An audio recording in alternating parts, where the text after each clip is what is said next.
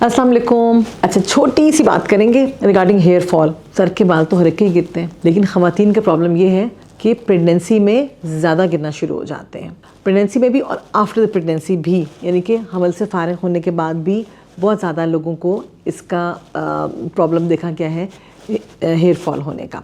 अब आपने करना क्या है, इसके लिए कुछ चीज़ें हैं जो कि एहतियाती तदाबीर के तौर पे हम लोग यूज़ कर सकते हैं। अच्छा, तो होता ये है कि प्रेगनेंसी के अंदर बहुत से हार्मोनल चेंजेस हो रहे होते हैं बॉडी में ना, डिफरेंट हार्मोन्स जो कि बढ़ रहे होते हैं। नंबर 2, बेबी की रिक्वायरमेंट बढ़ जाती है, माँ की ग़िज़ा उतनी नहीं होती जो कि आपकी पूरी रिक्वायरमेंट पूरी कर सके, आयरन की कमी हो जाती है, इनकी वजह से हेयर फॉल बढ़ना शुरू हो जाता है। कॉमनेस्ट जो रीज़न है ना जी, वो है आयरन डेफिशिएंसी। आयरन डेफिशिएंसी, अब आप कहेंगे इसका क्या ताल्लुक, लेकिन इसका 100% ताल्लुक है। तो अपना हीमोग्लोबिन अपना अप टू द मार्क रखें।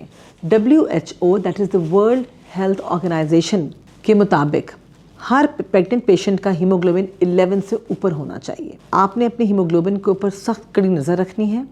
डाइट में अपनी आयरन वाली चीज़ें, फौलाद वाली चीज़ें शामिल करें। उनमें क्या चीज़ें हैं? ग्रीन लीफी वेजिटेबल्स, ब्रोकली हो गई, पालक है, साग है, चुकंदर का जूस, अनार का जूस, ये सारी चीज़ें अपनी शामिल कीजिए। और एक टेस्ट है जिसे हीमोग्लोबिन कहा जाता है, ब्लड कंप्लीट पिक्चर में ये आता है, ये आपने करवाते रहना है हर 2 से 3 महीने के बाद। और एक टेस्ट है फेरेटिन, सीरम फेरेटिन लेवल, ये आपने करवाना है। आपके डॉक्टर आपको देख के बता देंगे कि आपकी बॉडी में किस कदर कमी है आयरन की, जो कि सीरम फेरेटिन लेवल से पता चलता है। कभी कभी खून में कमी जाहिर नहीं होती, ठीक है, दिखने में आपका 12-13 हीमोग्लोबिन होगा, लेकिन आपकी बॉडी टिश्यूज़ में बहुत ज़्यादा कमी होगी, उसका पता चलेगा सीरम फेरेटिन लेवल से। अगर फेरेटिन लेवल कम है तो इसका मतलब है कि आपको मज़ीद आयरन की ज़रूरत है। शायद आपके डॉक्टर आपको इंजेक्शन दे दें या सिर्फ गोलियां ही दे दें। सो कॉमनेस्ट रीज़न तो हो गया आयरन डेफिशिएंसी। इसके अलावा जैसे मैंने बताया हार्मोनल चेंजेस होते हैं, उसकी वजह से भी आयरन डेफिशिएंसी हो जाती है। अब आपने क्या करना है? नंबर 1 आयरन का इंटेक, नंबर 2 जिंक। ये एक ऐसा माइक्रो न्यूट्रिएंट है जो कि आम तौर पे आप नहीं खा रहे होते। तो जिंक की टैबलेट्स सेपरेट भी मिलती हैं, और मल्टीविटामिन्स की जो गोलियां आपके डॉक्टर देंगी उनमें मेक श्योर कि जिंक ज़रूर हो। है तो ये माइक्रो न्यूट्रिएंट, यानी कि छोटा सा एक पार्टिकल, छोटा सा मिनरल है, काम है इसके बड़े बड़े। आपकी स्किन के लिए भी बहुत अच्छा है, हेयर फॉल को रोकेगा और बच्चे की नशोनुमा में मदद देगा। ऐसे बच्चे, ऐसी पेशेंट्स जिनकी हिस्ट्री होती है कि बच्चे पहले अच्छे हेल्दी पैदा नहीं हुए, छोटे साइज़ के रह गए, उनके लिए जिंक बहुत कारआमद है। फिर एक थर्ड, एक और न्यूट्रिएंट है बायोटिन, लेकिन प्रेगनेंसी में नहीं, प्रेगनेंसी के बाद। और इसके अलावा after the pregnancy multiple treatments हैं जो कि हम लोग कर रहे हैं अपने स्किन लाउंजेस के अंदर, जो कि किए जा सकते हैं फॉर हेयर ग्रोथ। उनमें PRP, आपका अपना ब्लड लेके उसको सेंट्रीफ्यूग करके ख़ास तरीके से बनाया जाता है, उसका सफ़ेद वाला पोर्शन लेके इंजेक्ट करते हैं सर के अंदर, बहुत बारीक नीडल्स है जिससे पेन नहीं होता। PRP बड़ा अच्छा ट्रीटमेंट आ रहा है, हेयर फॉलिकल्स स्टिमुलेट करेगा कि नए बाल उगे फॉलिकल्स में से। फिर एक एडवांस ट्रीटमेंट की तरफ आ जाते हैं जिसे कहते हैं एक्सोसोम्स। एक्सोसोम हम लोग लगा रहे हैं बहुत बारीक नीडल्स के साथ, जिससे पेन नहीं होता।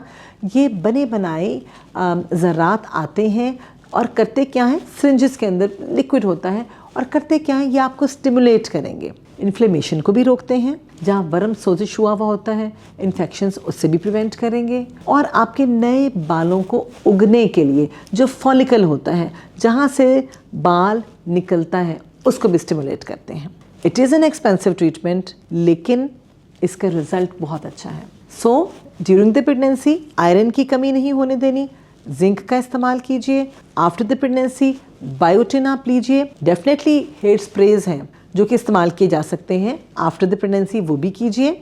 लेकिन exosome is a new wonder drug जो कि हम लोग कर रहे हैं। एक्सोसोम इंजेक्शन के फॉर्म में भी आ रहे हैं और स्प्रे के फॉर्म में भी आ रहे हैं। तो फ्यूचर एक्सोसोम्स का है।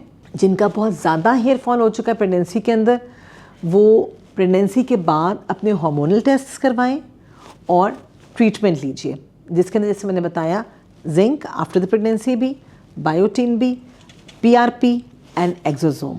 ये तमाम के तमाम ट्रीटमेंट्स इंडिविजुअली भी किए जा सकते हैं और सेपरेट और इकट्ठे भी किए जा सकते हैं। आप गोलियां भी लें, साथ में आप अपना PRP करवाएं और एक्सोसोम इंजेक्शंस लगवाएं या एक्सोसोम के स्प्रे यूज़ कीजिए। इस वीडियो का मकसद यही था कि आपको मैं ओवरव्यू दे सकूं कि जो प्रेगनेंसी में हेयर फॉल होना और प्रेगनेंसी के बाद भी होना ये बहुत कॉमन है, बट ट्रीटमेंट मौजूद है। प्लीज़ आएँ, डिस्कस करें and take the treatment. Thank you.